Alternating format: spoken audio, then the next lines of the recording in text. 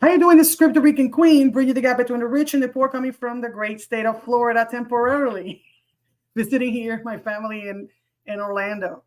And we have here Jay Anson, introducing Jay Anson, a seasoned cybersecurity consultant, project manager, and U.S. Army Signal Corps veteran. Jay combines strategic thinking with hands-on expertise in cybersecurity, risk management, and compliance.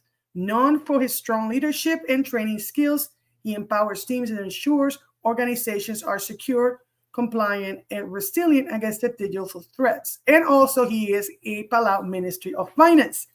So, part of the Palau Ministry of Finance. So, let's talk a little bit about what is Palau doing lately. I know that you guys had a background, a Palau stablecoin pilot program, and that actually ended. What is happening on that matter? Yeah, hey, thanks, and thanks for having me back. It's really great to have another opportunity to come back and update you on what's going on. The last time we met, we were in the middle of the pilot, actually the live Mhm. distribution of the Palau stablecoin with we had up to 100, I think 168 volunteers. Wow. Our goal was 200, but 168 was pretty good. Um, and they went through. They were able to spend the stable coin. The retailers where they spent the stable coin at were able to redeem the money for the stable coin for U.S. dollars. Mhm. Overall, we were able to validate that the system and the technology works, Mhm. and that it was very easy to use compared to cash. So we were able to validate a lot of our use cases, and this was in partnership with Ripple. A few things have happened since then. Ripple is also expanding the same concept. They were able to take a lot of the proofs of concept that were validated with the Palau stablecoin pilot, and they're working on. There's 5 publicly released countries that they're working with, and they're in negotiations with a couple dozen more. So what started in Palau seems to be spreading and gaining some traction uh, across the Amazing. world. That's amazing, Jay. So are we going to a second pilot? I mean, let me not go there first. Question: You guys, did you guys already do the poll of all the residents of Palau and what they thought about the pilot program, or you haven't done that yet? We did. We've had some slow feedback. So there were two polls. One was to the residents, and we were at about 60%. So we're waiting for we just keep emailing them like, hey, don't forget, that was part of the deal.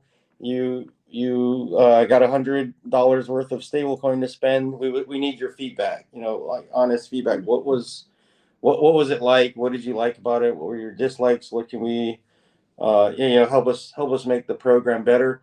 The other part was we did a really one-on-one, in-depth interview style surveys with each of the retailers, and received some really great feedback from them on uh, the challenges they had when they were implementing it, taking payments, processing redemptions, what Mm, their employees, the cashiers who were at the front of the business, processing transactions, some of the challenges they faced, and we came up with some recommendations to see what we could implement, but also like a lot of the goodness, the great things that they experienced processing the stablecoin compared to other types of transactions.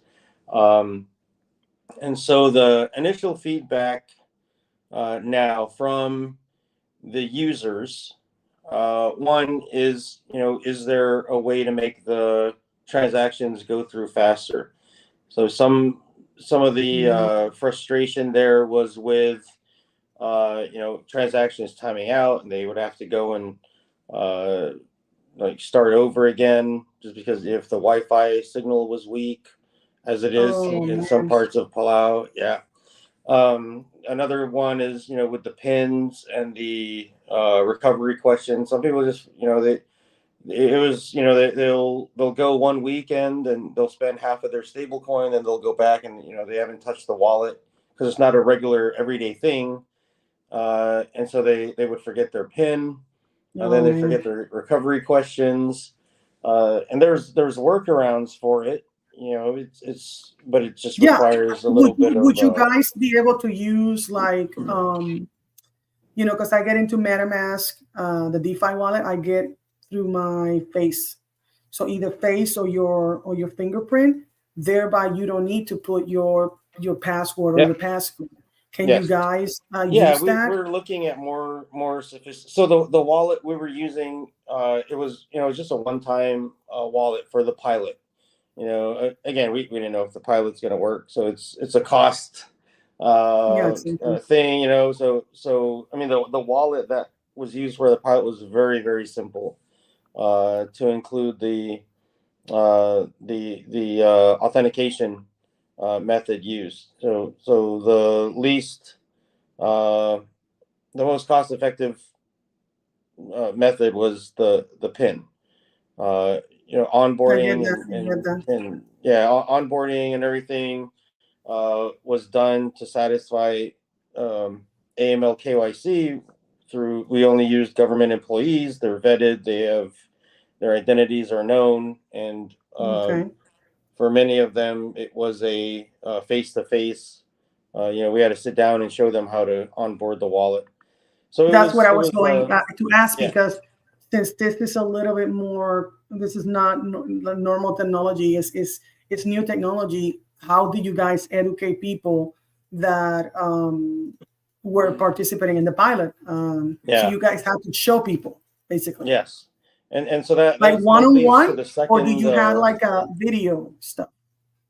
Yeah, no, it was all. So we did some videos later on where we'd have an AI reading the frequently asked questions, and there was some video added, but there was no real instructional video set up where you had an instructor showing people how to access the wallet. That's something that was the big takeaway, and a big thing that the volunteers hit on in the survey was, hey, we needed a little bit more ramp up to this with training and Education. everything, because people Yeah. were it sounded pretty simple, but then once you actually open the wallet, it's new, and it would have helped to have something a little bit more Mm. in depth to show them the way. So I imagine the part that the transaction was low. Did you guys talk to Ripple? Because Ripple has a way of of moving of doing transactions offline. So something that I wanted to throw out there, so you can talk to them, and thereby the people will not need Wi-Fi. I mean, Yes. do you know about that, or and Yes. what do you think about We contacting them and asking them about that? Yeah, we looked at that in the beginning, and so one of the challenges in the beginning was retailer selection, like vendor selection Hmm. for the pilot. And we realized right away, even the larger retailers, we looked at like the mix. Where do we want people to spend money and see value? And so we looked at the three largest retailers on the island.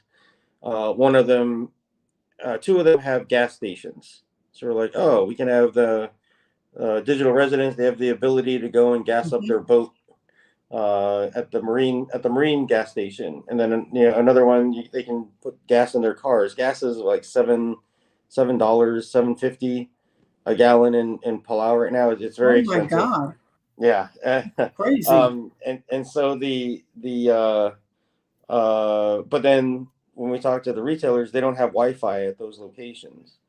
And so when so Mm. working with the wallet vendors, like, how long will this take? And okay, we just need we need and will having an offline wallet add value to proving the use cases? Like, is it going to help us with the goals of the pilot? In the end, it didn't.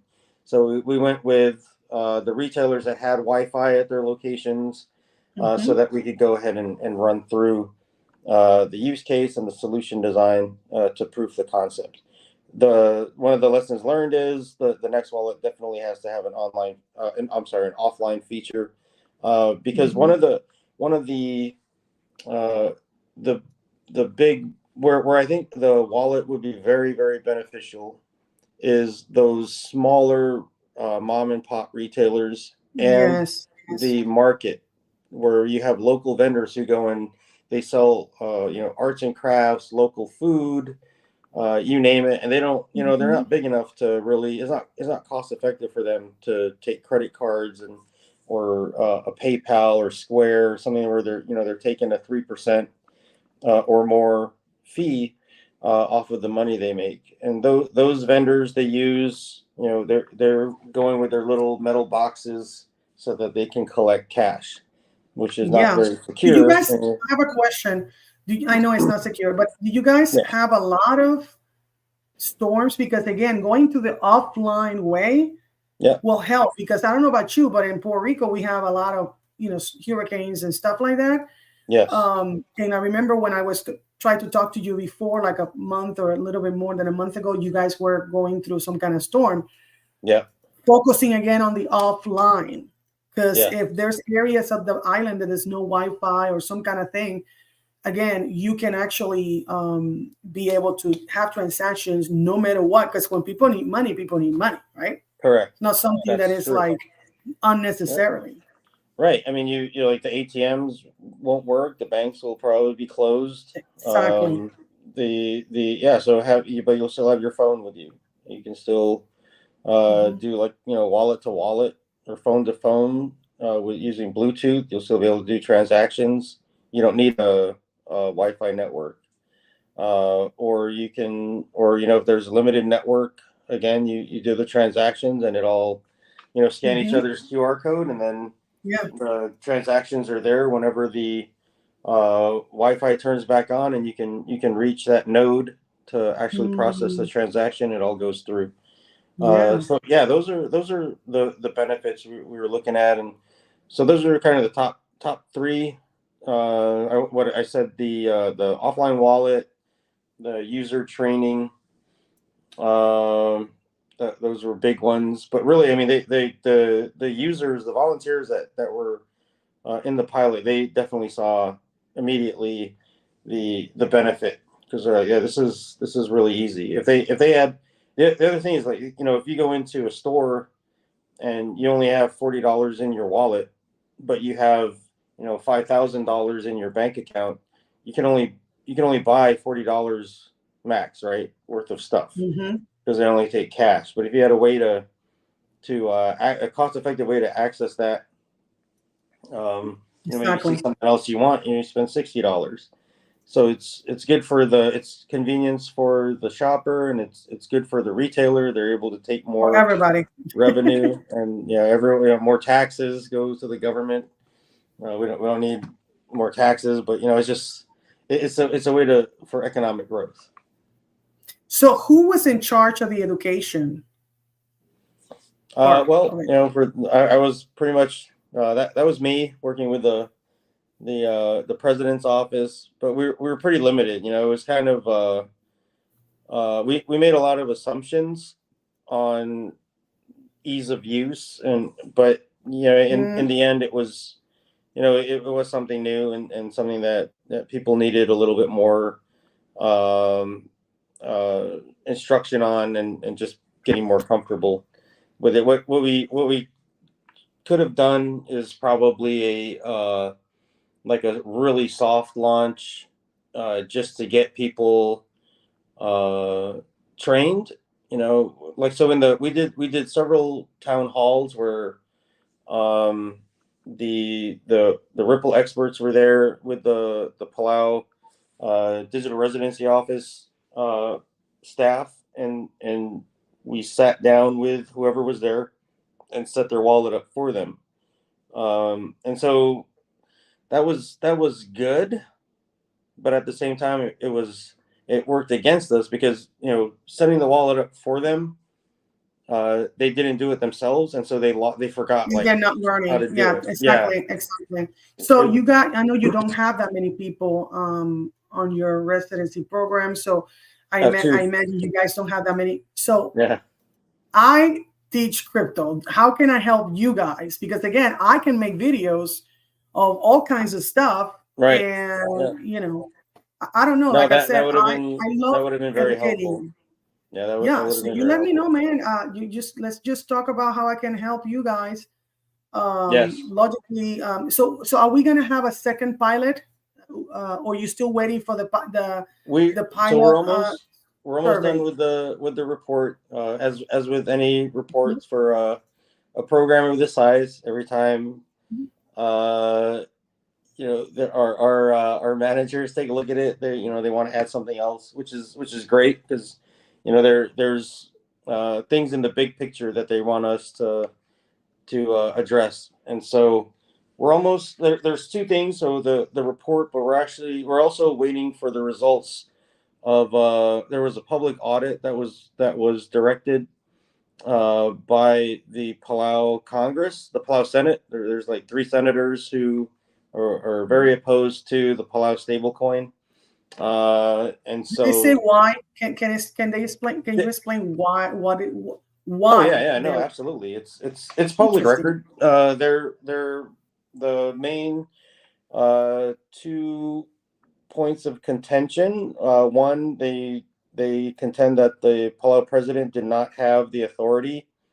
to do a stablecoin pilot, and that this is something that should have been approved by the Senate.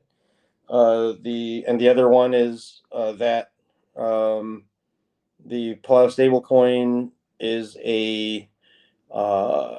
it's not secure. It's subject to it's vulnerable to money laundering and things of that nature. And so How? How? Because you KYC everybody, the KYC and it's everybody. It's on the public ledger. All transactions are traceable and visible. exactly Yeah, everything is. That's why it's a blockchain. It's ledger. You can see anything that anybody does in there compared to when you have a yes, bank. You don't see what the banks do, right? So yeah. there's That's no. correct. That's And correct. as long as you KYC people and you monitor, there's no problem with that. Now, the question about the first statement that you stated about the president not having the power to do that in Senate, is that right or not? Do you agree with that We have statement to or wait not? for the results of the audit. We believe that he does have the authority. It's so this was a research and development project Mm, using grant money that was provided by Ripple. So we didn't use any government funds. There are a lot of research and development projects in Palau. Palau is a national marine sanctuary. It's a UNESCO World Heritage Site. yes. Marine biologists from around the world go to Palau using grant money to do different studies. This was a study of how to establish a financial system. So it's Mm, under that premise. Trust me, a lot of lawyers looked at this, and we are operating agreement for the research and development project covers all the bases. We're in compliance with all of the laws. So we just yeah, have to because wait it's for a the test, results of right? that. You didn't implement it like live in the sense No, of not everybody's at all. using it.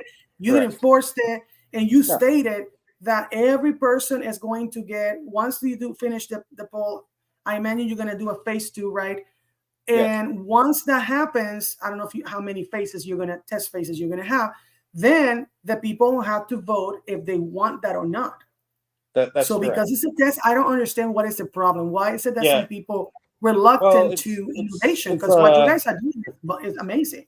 yeah, it's a I mean, we are in coming up, we're starting the election cycle, so there's a lot of No, of campaigning and course. things of that nature.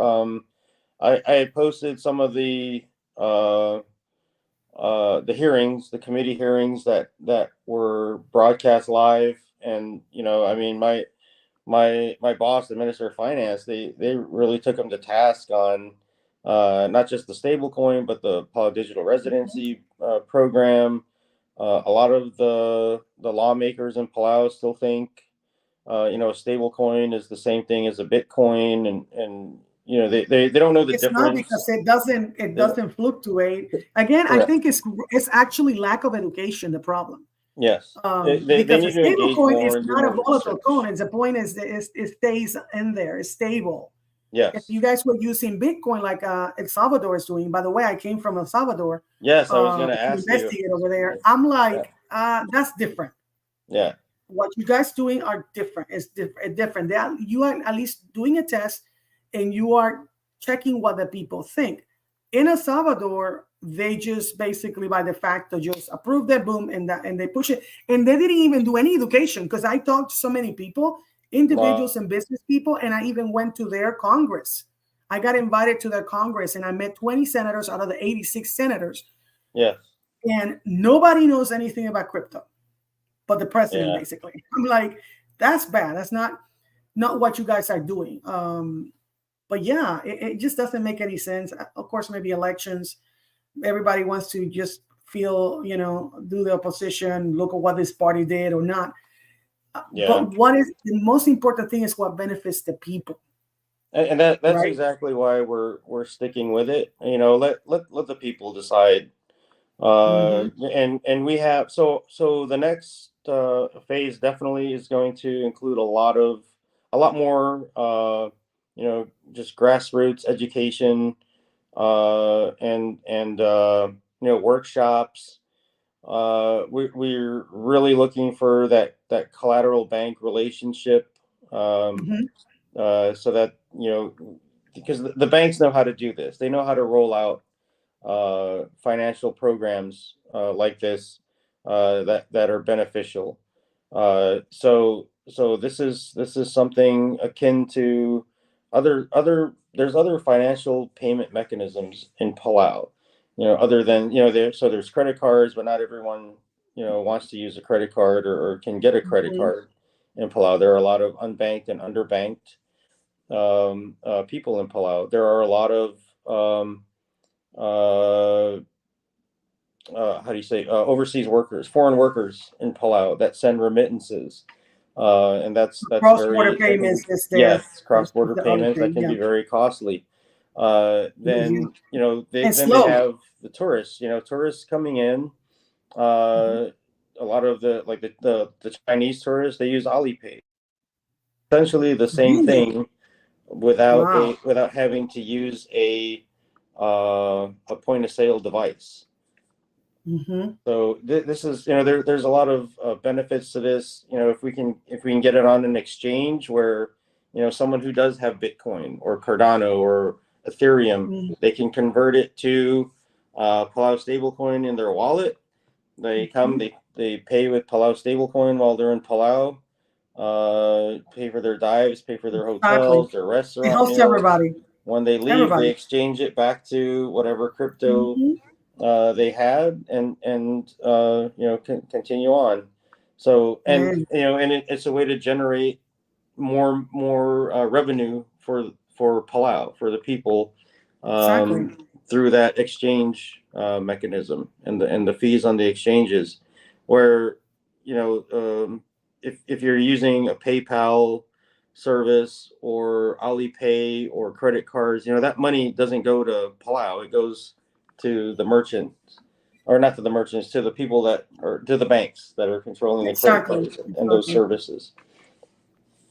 So I have a question. What lessons have you and your team learned from this pilot program, and how might these lessons influence future blockchain-based initiatives in Palau? Yeah, no, that's a really good question. I think one thing is just not to make assumptions. We had a very short planning window, and so when you don't have as much time to plan, you start assuming away problems. So Mm, or potential problems or potential challenges.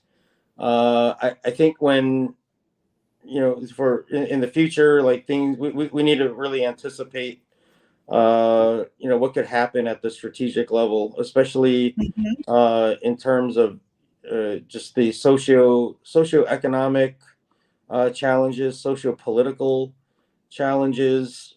Timing is a huge thing. We're doing this, um, Mhm. coming up on an election cycle, so Mm. there are a lot of the political opponents started coming out of the the woodwork, as you will, and making these different allegations that we have Mm. to use resources. It takes resources away from the work we're doing to answer different allegations, and so it's just the way it is. And Wow. we know we're in the right. We're just we just have to prove it and let everyone know and see the truth. So there's actually, at first it was like, oh man, why are we being audited? We're in the right. Then in hindsight being 2020, it was like, well, no, this is a really good opportunity for us to stop and in a very uh, measured and transparent way show what the program is about and what it's doing. Um, Mhm. so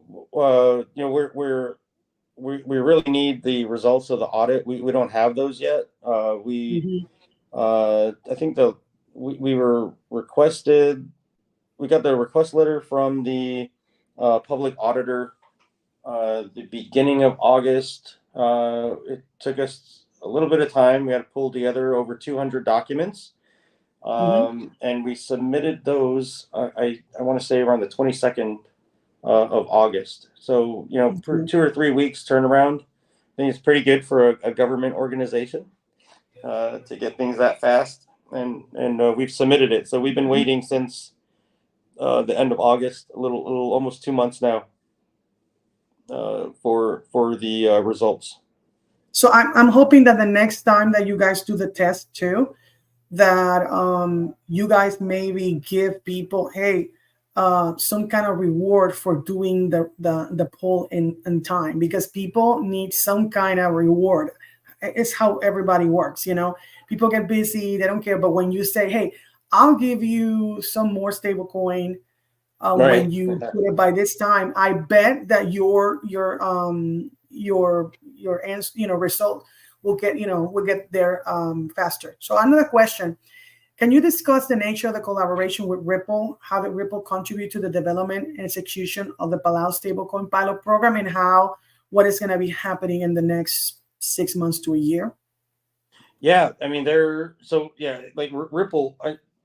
I just have to say, they are a very good partner to work with. I've worked with a lot of different service providers and different organizations. They were very user friendly, very knowledgeable. They put a lot of resources into making the pilot successful. Whether there were legal experts, banking experts, financial economists, project managers, engineers for that were experts with the digital currency manager, with XRP, and just the the technological requirements to put on a pilot like this. And it wasn't that just that, right? It was that they were able to educate the pilot team.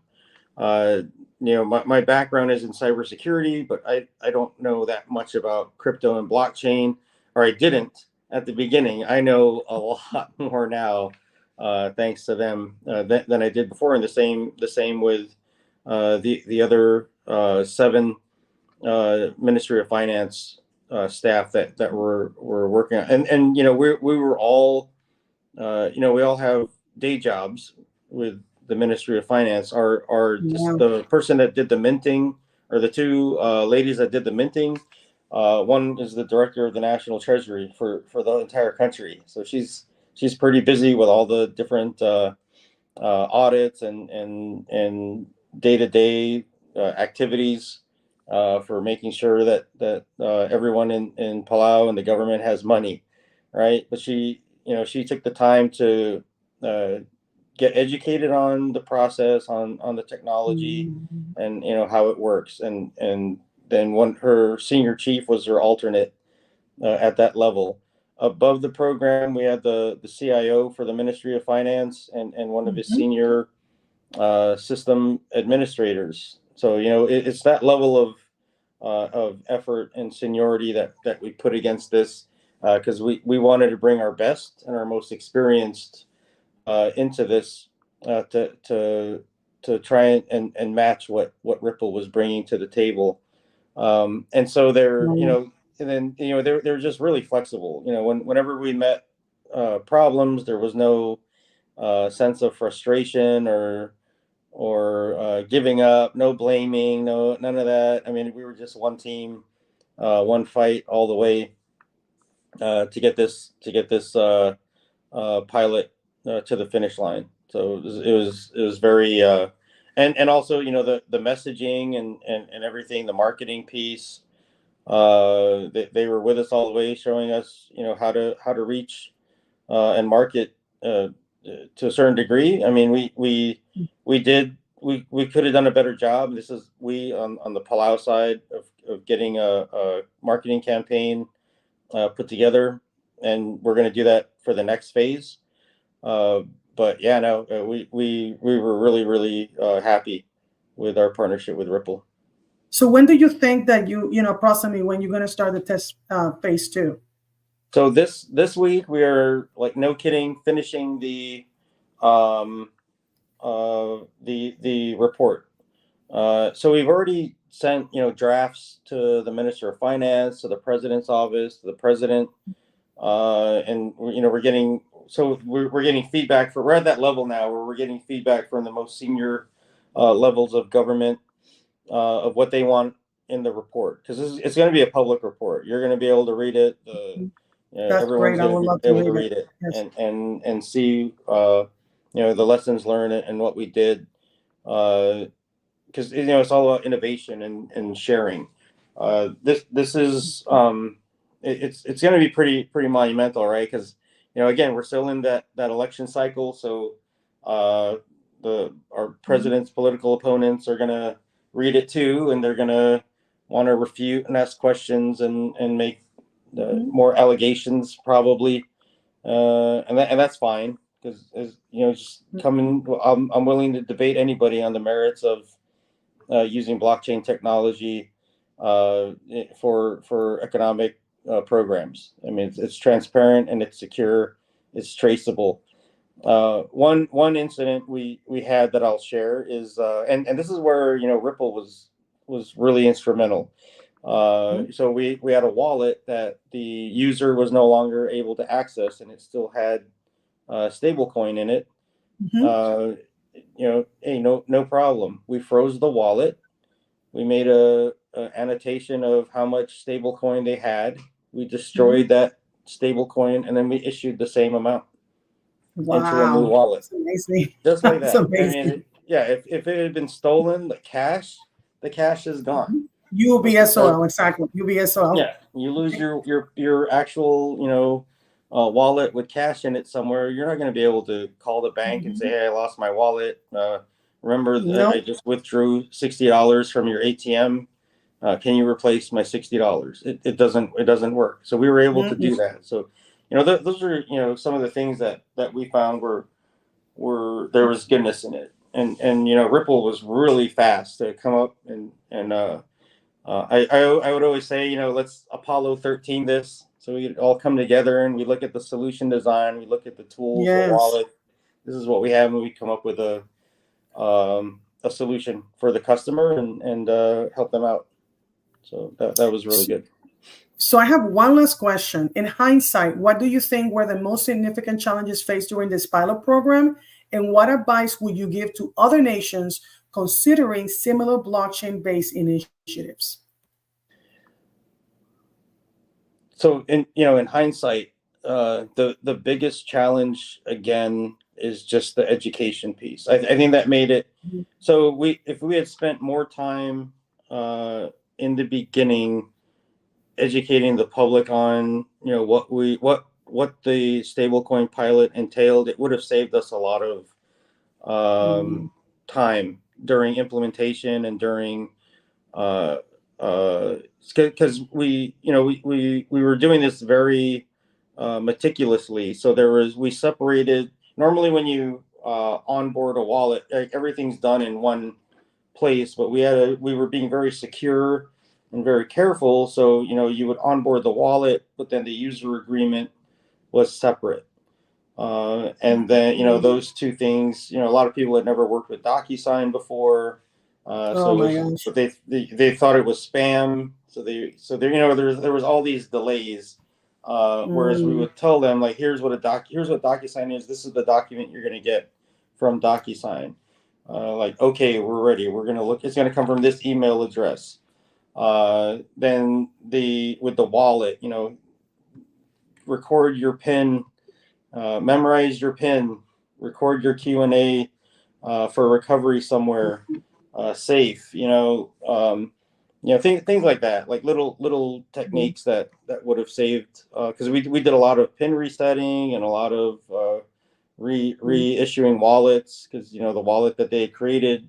How much percentage wise, how much you think you did out of the 100% of people that were using That's gonna so the that's one of the reset? survey questions. Right now, I think there's probably like 20% needed some type of assistance with resetting their PIN, Oh man. or And just that was creating a more new work for wallet.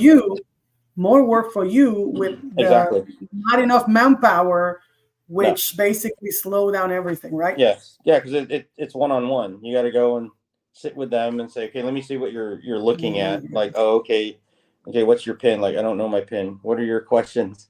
I don't know my questions. Like, okay, Mm. let's just make a new wallet. And then you got to talk to Ripple, because there was a one-time passcode.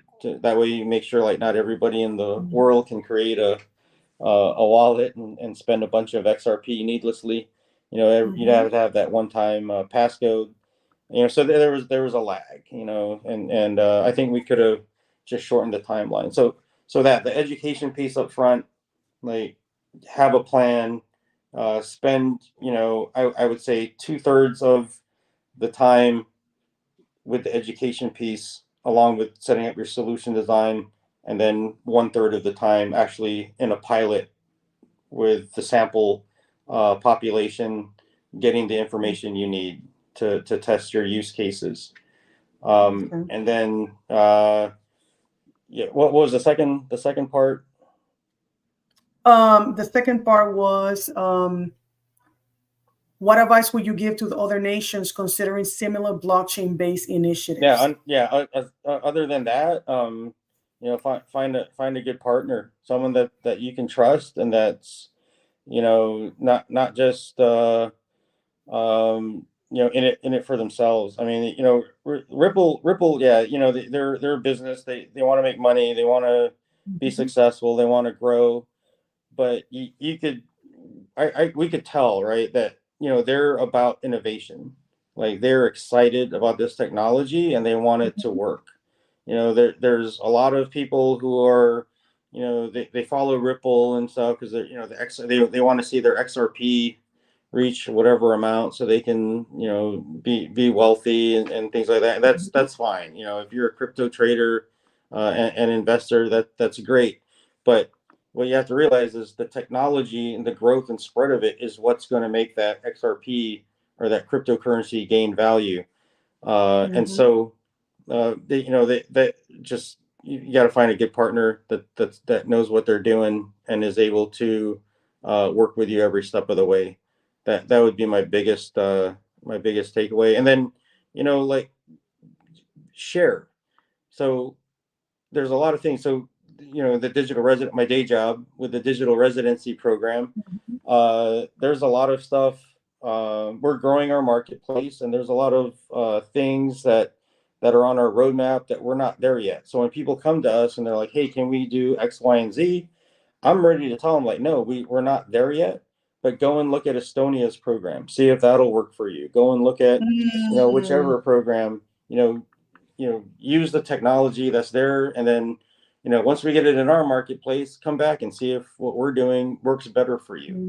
Mm. So it's not just about hoarding ideas and not helping people or trying to keep them to yourself. You gotta share the innovation, share the love, share the technology, and share the knowledge. And that's the I only love way that, we're going man. to get better in this space. That's what the I love space that, is man. designed to do. It's supposed to be open and transparent, Yes, so that you can continue to innovate and improve. man. That was a great way to finish. Yes, collaborate because it's support. We're a community, and even though we're not that big, we're very passionate about being in the blockchain. Being part of the blockchain and innovation and all these things. Well, thank you so much, Jay, for coming again. And I mean, you're always welcome. Like I said, I'm ready to help in any way. All I do is teach people, educate people on blockchain technology, metaverse, NFTs. I mean, and stuff. So let's see how we can collaborate and help educate the people of Palau in blockchain technology. And again, thank you so much for being here and for being such an amazing, person. Thank you. So I appreciate that. let's say bye, everybody. So you see you guys